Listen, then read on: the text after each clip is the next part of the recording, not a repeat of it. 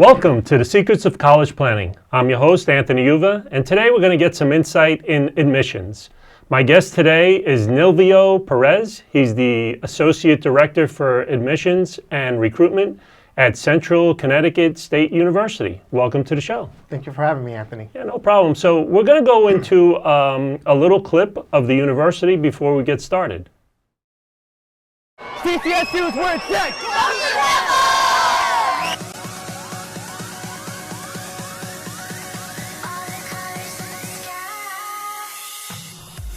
I chose CCSU because it's not far away and, well, it's not as expensive as the other schools.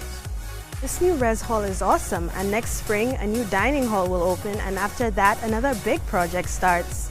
It's so convenient to live on campus. You can roll out of bed and into your classes. You can even choose where you want to live and how many roommates you have. It's exciting at CCSU. There's so much to do. It's Fall Fest and we're having a blast.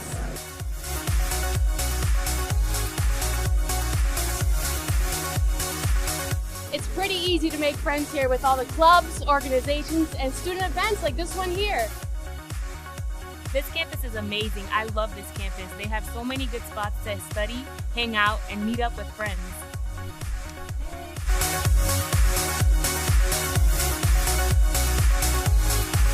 Campus isn't too big, it's not too small, but it's just right for me. There are lots of opportunities for students at CCSU, no matter where you are in life. My professors at CCSU are great.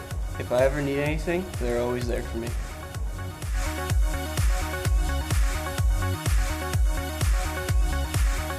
Deciding where to go to college isn't always easy, but I'm happy with my choice.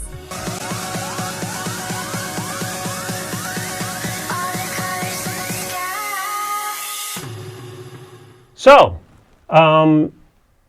basically I start my guests where they went to college. So where'd you go to school? I attended the University of Bridgeport. Now I'm a first-generation American, born in Brooklyn, New York, and I wanted to get away from a large urban environment for my college experience. I also played baseball when I was in high school, so had aspirations of one day making it to the show, as is known. And I applied to colleges kind of all over the country, primarily looking for a baseball institution. Right. And I found the University of Bridgeport by chance. My high school baseball coach referred me up there. I met with the coach. Not too far away from New York City, just the Metro North train ride away. Wow. My parents were able to come and visit me and see me play baseball. Division II, pretty competitive when I was there. So I majored in marketing, earned my bachelor's degree in marketing, played 3 out of the 4 years, started 3 out of the 4 years while I was there, was fortunate enough to be named captain my senior year. Wow. And had a great, wonderful experience. Fantastic. So let's go back in high school before we get started. How did you end up picking the school? Did you start freshman year? Did you start senior year of high school? When did it all begin about going to college? So growing up in an inner city area and my parents not knowing the college process, I think I started later than most of my peers when I got to college. Mm-hmm. Really at the end of my junior year is when I started the college process. Okay. And it really clicked. I always wanted to go to college, but it didn't really click that I needed to start doing research on which college would be the best fit for me. Mm-hmm. As a 16 to 17-year-old, my primary focus was, does it have a baseball program? Which wasn't really the best way to kind of consider where you're going to spend the next 4 years of your life after you graduate high school. So I visited a couple of schools. I went to schools that academically I wasn't a good fit for, athletically I wasn't a good fit for, too far away from home. If I would have gone to some schools that were 3 to 4 hours of flying distance instead of just driving. Yeah. So really when I became a senior, my guidance counselor, my baseball coach were the two people that were able to lean on. And my parents were great supporters. They said, hey, wherever you want to go, we're going to support it. Right. We'll try to make it happen financially as well. And I just fell in love with the coach at Bridgeport, the campus. They had a marketing department, which was what I wanted to do at the time. So everything kind of fell into place. And I made my decision about April of my senior year that that's where I was going. Oh, fantastic. So now you're at Bridgeport, going to school there. How do you go from there to becoming the Associate Director of Admissions at Central Connecticut State University? Yeah, when the harsh reality of not playing professional baseball hit me, I knew that I needed to get a job. And fortunately for me, I was very involved in the college community. And one of the things that I did was touring. So I was able to have a job my junior and senior year of college as a tour guide through the admissions office. Oh. And it just so happened that that year that I was graduating, there was an opening as an admission counselor at the University of Bridgeport. Therefore, I worked there for 2 years. At the University of Bridgeport, I learned and grew a lot within the office. An assistant director position at Albertus Magnus College opened up, and I applied and got that position, which is in New Haven. And I worked there for 12 years.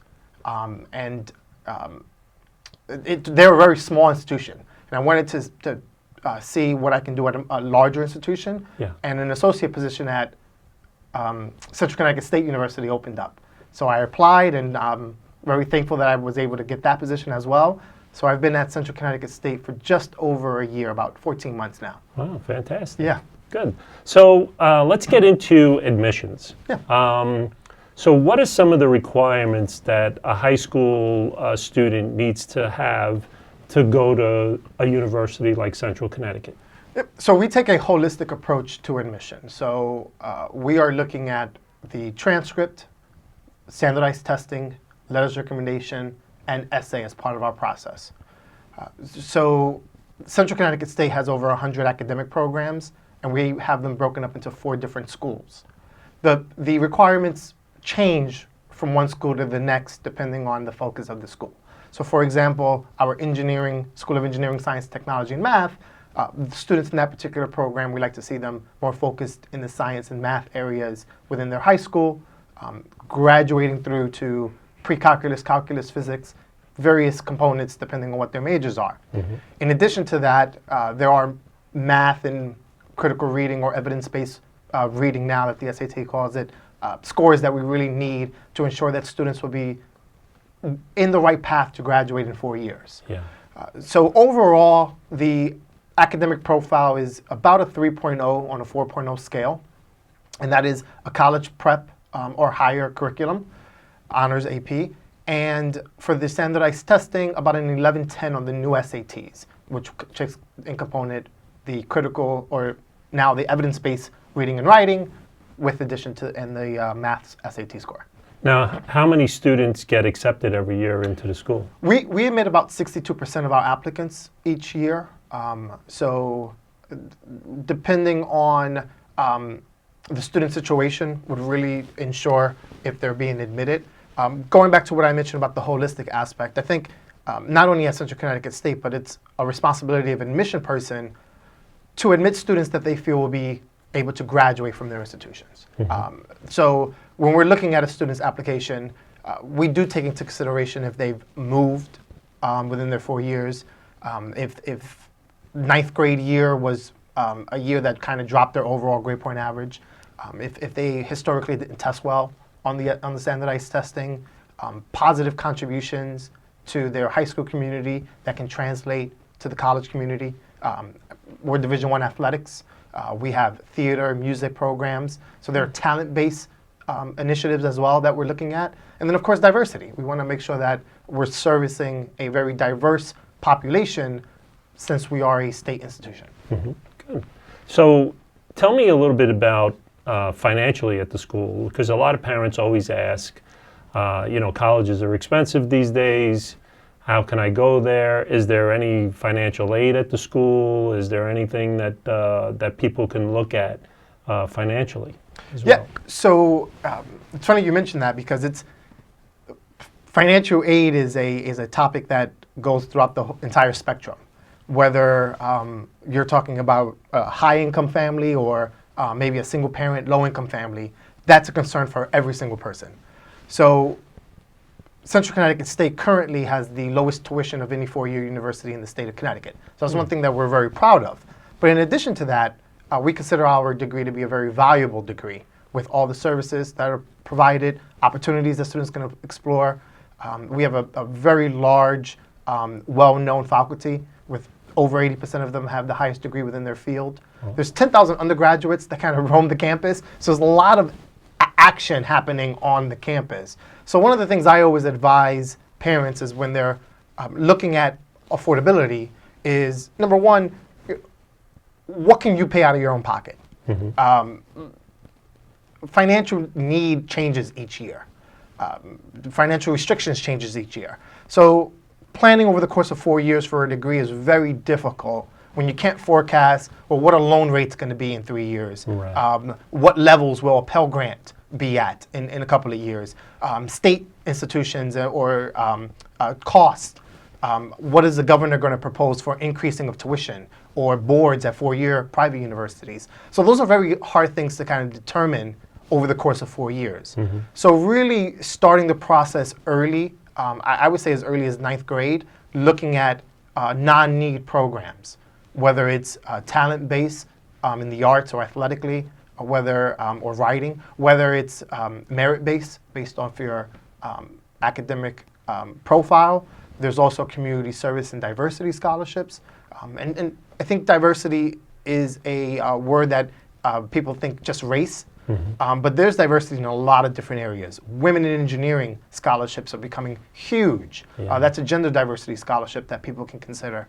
So really starting that early. Scholarship, racking them up, allowing students to kind of take control and ownership over those scholarships through private organizations will help them kind of make affordability maybe the third or fourth reason why they're choosing an institution instead of the first reason why they're choosing an institution. So now, is that part of the process when they fill out the applications to answer some of those things so they can get some of that from the school? I would encourage that. At Central specifically, we do have specific departments that provide scholarships. So having that on the application, most students use the common application now, would be something that would be of asset to the student because it can open them up to doors for scholarships and also admission to various schools and departments.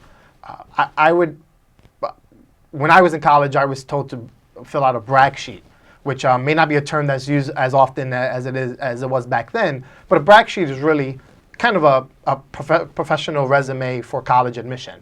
What have you done and what can you do and what kind of asset can you bring to the university? I would encourage every student to start doing that as early as possible, adding to it as they move closer to senior year, because that would really help them with admission, but also with financing their college education. Now, how about the essays at the school on the application?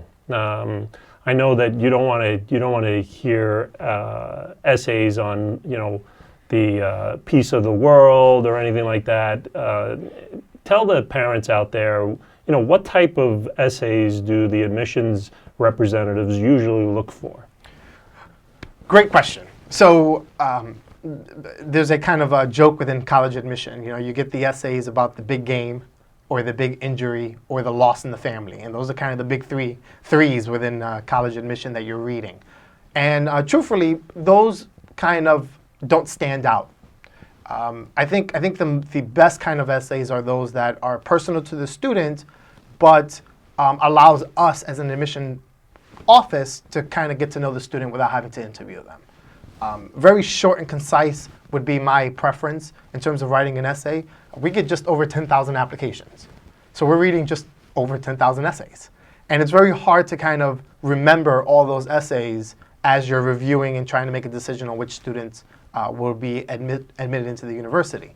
So essays that kind of allow us to get a better idea of who you are as a student, or from a parent standpoint, who your child is, really will allow us to make the determination if Central is the best fit for them.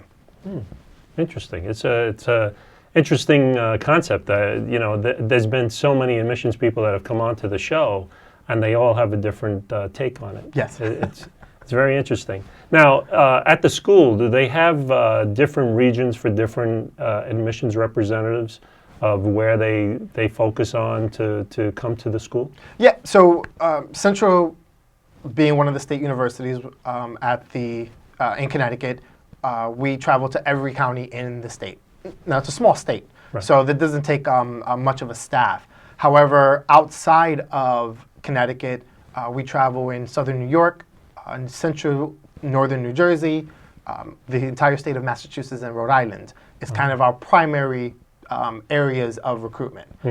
We do have opportunities to go into southern or northern New England, and then also down into Philadelphia at times as well. Wow. So we're trying to broaden our base. As we look at the landscape throughout the nation, it tells us that high school students, there's not as many as there were 20 years ago. And universities are looking to all increase their enrollment. So there's much more competition with trying to get students on your campus. So now we're looking internationally. We're looking and going more into the southern states as well to try to see where we can get more students from. And are there people that just focus on international students and focus on southern, west coast, so on and so forth? Not currently. So I, in my office, travel to New Jersey. And theoretically, I have all points south of Jersey. So when you're on the Garden State Parkway, when you see all points south, that's kind of me for Central Connecticut State University. We all review international files, we all review transfer files, and we all review freshman files. We don't review by geographic area just because of the volume. So really our personal contacts help us to guide students and parents through the admission funnel. When you're applying after you're admitted, what you can do. Although we have fantastic advisors and financial aid counselors and business office people, we're usually the first point of contact for those families. So until they matriculate and are comfortable within their first year experience, they usually continually call us as their first point, and we try to put them in the right direction to make sure that all their fears and concerns, which are extremely valid, are taken care of, and they made the right decision, and they're going to be graduating 4 years. So that's what we really want to do. Although we have people that travel in different areas, we're kind of all one team within the office. So what is Central Connecticut State University like for families that don't even know where it is? Yeah, well, it's in New Britain, Connecticut, which is about 15 miles south of the state capital, Hartford. So we're really centrally located to everything in New England. So you can get to Providence in an hour, Boston in 2, New York City just over 2. So it's a really nice suburban campus. One of the great things about our campus is that it's completely enclosed. So students who want to go to the dining facility, football game, to a theater show, to their dorm room, will never have to cross the street, will never have to take a shuttle. So it's a really well organized campus, which is really nice. There's about 10,000 undergraduate students, as I mentioned earlier. So students from 40 different countries and 32 different states. So there's regional diversity. We have a 1-to-1 male-female ratio, gender diversity. We have about 30% of our students are students of color. So there's diversity within race as well. So it's a really great opportunity to kind of meet people from a lot of different areas. Academically, our largest school currently is our Ammon School of Liberal Arts and Social Sciences. So psychology, criminology, every person that probably sits in this seat probably says criminology and psychology as popular majors. But we have a music program, we have a theater program. We also offer hospitality and tourism, journalism as a major as well. We were established in 1849 as a teacher's institution. So our School of Education and Professional Studies is a big part of the university. Currently, we have more teachers in the state of Connecticut than any other institution. So it's a great place, K through 12 education. And then we have a preschool through 12 for dance, which is a really popular thing. We have a dance education major, the only school in the state to offer it. Music education, art education, technology education, and then phys ed for preschool to 12. Nursing is another very popular program for students who are looking for something in the medical field. And it's a BSN program. And then our School of Engineering, Science, and Technology, very competitive, ABET accredited. Construction management is a really unique program that we offer. We have mechatronics and robotics as well, which is really cool. And then mechanical and civil engineering are kind of the two staples of the university, of the program. And finally, our School of Business. It's AACSB accredited. There's mandatory internships within the department, and we have 5 majors within the school. Internships are something that our university really prides itself on. So just over 90% of our students are doing an internship. And then We also offer a unique study abroad program. Students can go as little as 7 days to as long as a year to 40 different countries. Very cool. The Center for International Education provides scholarships for those students to make it even more affordable. I'm still on the chaperone list. I'm on the wait list. So I haven't been approved to go anywhere yet, but I'm hoping to go somewhere soon, maybe Puerto Rico or Cuba. So we'll see.